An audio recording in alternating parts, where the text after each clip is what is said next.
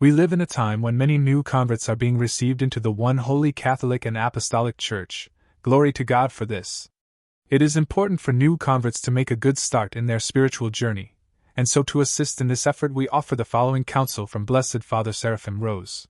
We have seen how Father Seraphim, having grown in Orthodox Christianity until his faith was the substance of his entire being, counseled people not to try to prove their orthodoxy by bashing others.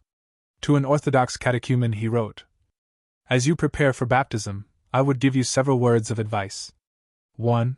Don't allow yourself to get stuck on the outward aspect of orthodoxy, whether the splendid church services, the high church to which you were drawn as a child, the outward discipline, fasts, prostrations, etc., being correct according to the canons, etc.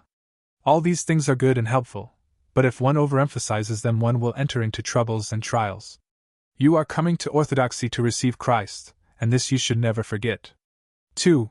Don't have a hypercritical attitude. By this I don't mean to give up your intellect and discernment, but rather to place them in obedience to a believing heart, heart meaning not mere feeling, but something much deeper, the organ that knows God. Some converts, alas, think they are very smart, and they use orthodoxy as a means for feeling superior to the non-orthodox, and sometimes even to orthodox of other jurisdictions. Orthodox theology, of course, is much deeper and makes much better sense than the erroneous theologies of the modern West, but our basic attitude towards it must be one of humility and not pride. Converts who pride themselves on knowing better than Catholics and Protestants often end by knowing better than their own parish priest, bishop, and finally the fathers and the whole church.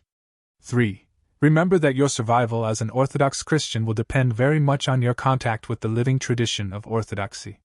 This is something you won't get in books and it can't be defined for you. If your attitude is humble and without hypercriticism, if you place Christ first in your heart, and try to lead a normal life according to Orthodox discipline and practice, you will obtain this contact. Alas, most Orthodox jurisdictions today are losing this contact out of simple worldliness. But there is also a temptation on the right side which proceeds from the same hypercriticism I just mentioned.